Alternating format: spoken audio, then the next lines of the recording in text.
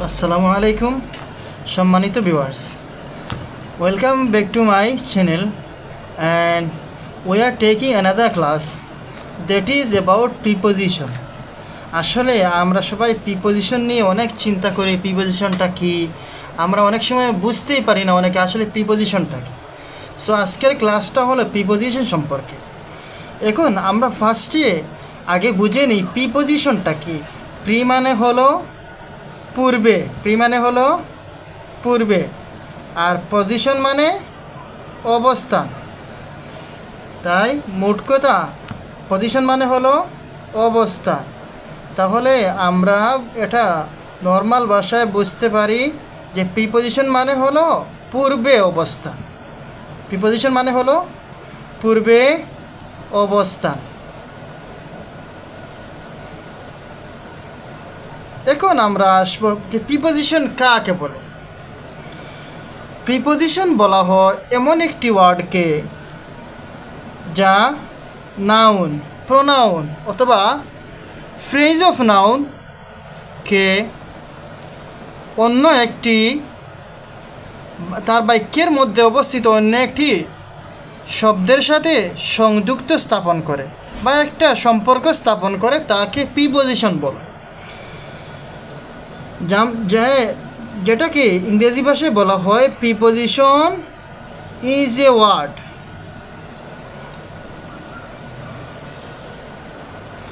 Preposition is a word that tells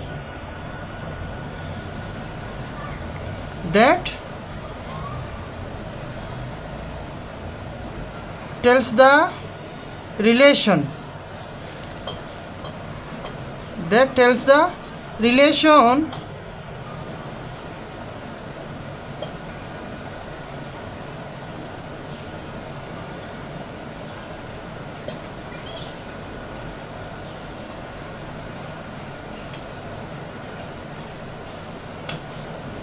among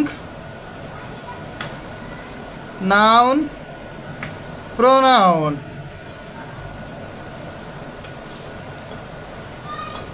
and phrase noun,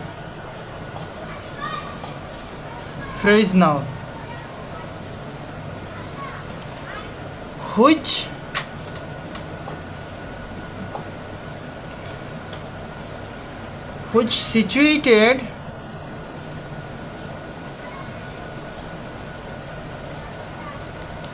in a sentence,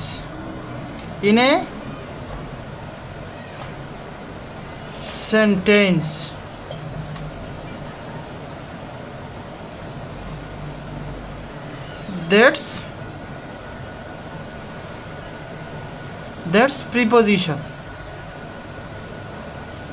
That is preposition.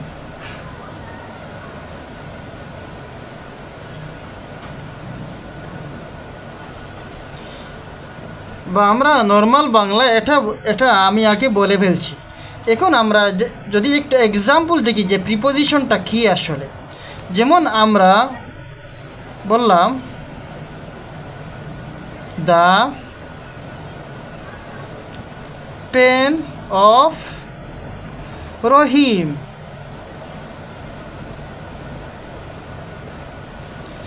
is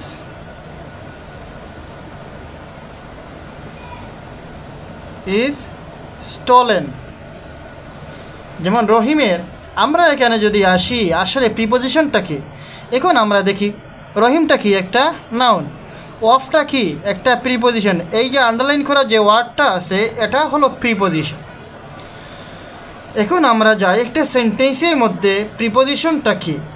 এই দেখেন একটা নাউনকে আমরা আগে সংজ্ঞা পড়েছিলাম যে একটা নাউন অথবা প্রোনাউন অথবা ফ্রেজ নাউন, এগুলাকে তার বাক্যে অবস্থিত পূর্ববর্তী অন্য একটি ওয়ার্ডের সাথে সম্পর্কযুক্ত করে তাকে বলা হয় প্রিপোজিশন। এটা হলো রাহিমটা হলো নাউন, আর এটা এই অফটা সম্পর্কযুক্ত করছে তার পূর্ববর্তী শব্দ পেনের সাথে। এখন বলা হবে পেন অফ রাহিম। আমরা আরেকটা the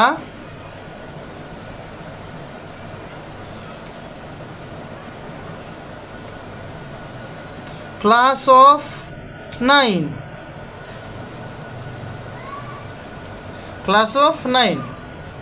is delighted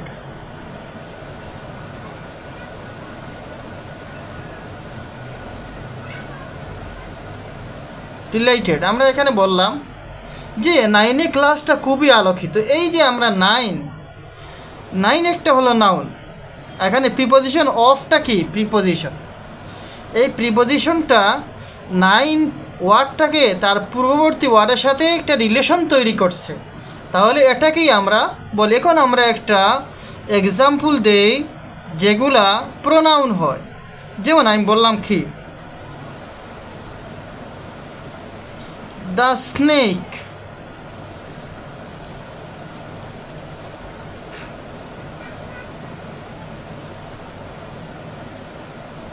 the snake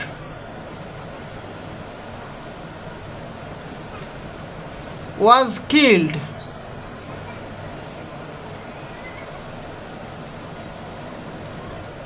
by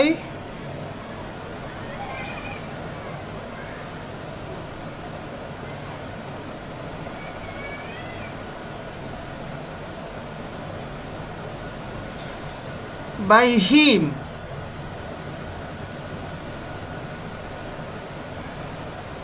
with a strike। এখন আমরা এখানে দেখি এসে এই বাই শব্দটা দুইবার বলে এসে গেছে, আমরা এখানে একবার ইউজ করব বাই। এই যে হিম শব্দটা এখানে প্রোনাউন, হিম শব্দটাকে বাই প্রিপোজিশনের মাধ্যমে তার পূর্ববর্তী ওয়ার্ডের সাথে সম্পর্ক যুক্ত করা হয়েছে, কিল্ডের সাথে সম্পর্ক যুক্ত করে একটা রিলেশন তৈরি করছে। তারপরে আমরা আবার গেলাম, এখন দেখি বাই হিম কোনো পার্সনের ক্ষেত্রে বাই ইউজ করা হয়, বা কোনো পার্সন বা কোনো এজেন্সি বা এজেন্ট কোনো প্রতিনিধি তাদের ক্ষেত্রে আমরা বাই ইউজ করি। আর যখন আমরা কোনো জিনিস মাধ্যমে কাজ বা কোনো একটা যন্ত্রের মাধ্যমে কাজটা, ইনস্ট্রুমেন্টের মাধ্যমে কাজটা হয়, তখন আমরা উইথ ইউজ করি। এখানে উইথ বাই উভয়টি ইউজ হয়েছে। সো আমাদের এই যে বাইটা হলো কি এখানে প্রিপোজিশন, এখানে উইথটা হলো প্রিপোজিশন। সো আপনারা প্রিপোজিশন সম্পর্কে কিছু ধারণা নিতে পারছেন। এখন আমরা চলে যাব আরেকটা ক্লাসে। এখন আমরা ক্লাসিফিকেশন অফ প্রিপোজিশন, প্রিপোজিশনের প্রকার কি কি। প্রিপোজিশন মূলত 6 প্রকার প্রিপোজিশন আছে, প্রিপোজিশন 6 প্রকার।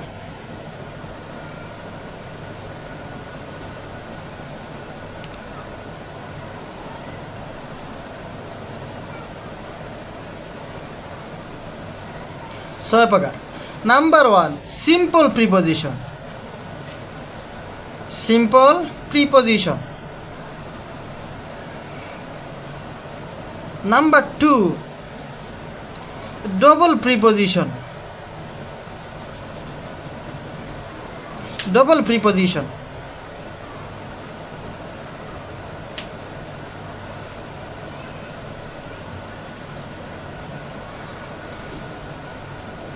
Number 3 compound preposition,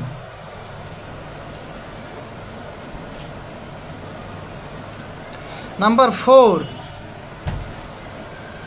participle preposition,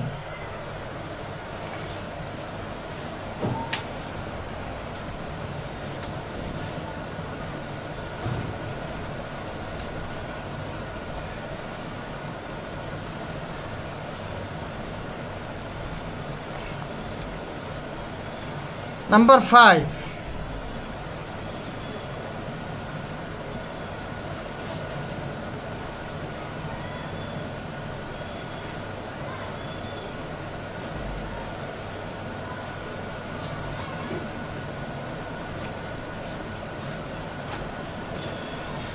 number 5টা হলো ডিসগাইজ প্রিপোজিশন।